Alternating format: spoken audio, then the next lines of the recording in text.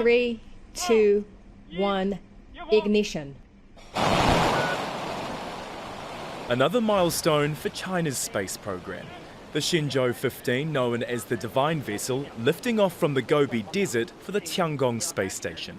And now the 3 astronauts on board will take over from the 3 others on the station who have been helping finish the project for the past 6 months. Comrades in arms, we have been waiting for this moment for a long time. Heaven's Palace is waiting for you to come. We're expecting you. The Tiangong is the crown jewel of Beijing's ambitious space program as it looks to catch up with the US and Russia. The station has a lifespan of at least a decade, with astronauts expected to conduct over 1,000 scientific experiments. And it could become the only functioning space station in Earth's orbit, with the International Space Station set to retire in 2031 with no replacement. We've had parts of the ISS up there for nearly a quarter of a century. It's getting old.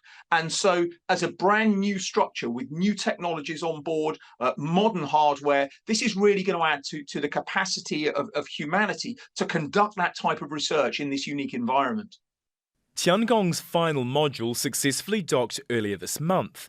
The Shenzhou 15's 3 astronauts will now spend 6 months working and living on the so-called Heaven's Palace. The main purpose of the mission is to verify the space station's capacity to support crew rotation, realize the first crew rotation in orbit, and install and test equipment and conduct space-based scientific and technological experiments. China put its first astronaut into space in 2003. Since then, it's landed a rover on the moon, returned lunar samples to Earth, and successfully launched anti-satellite weapons. The television was live broadcasting Yang Liwei's return in 2003. I had great respect and admiration for him.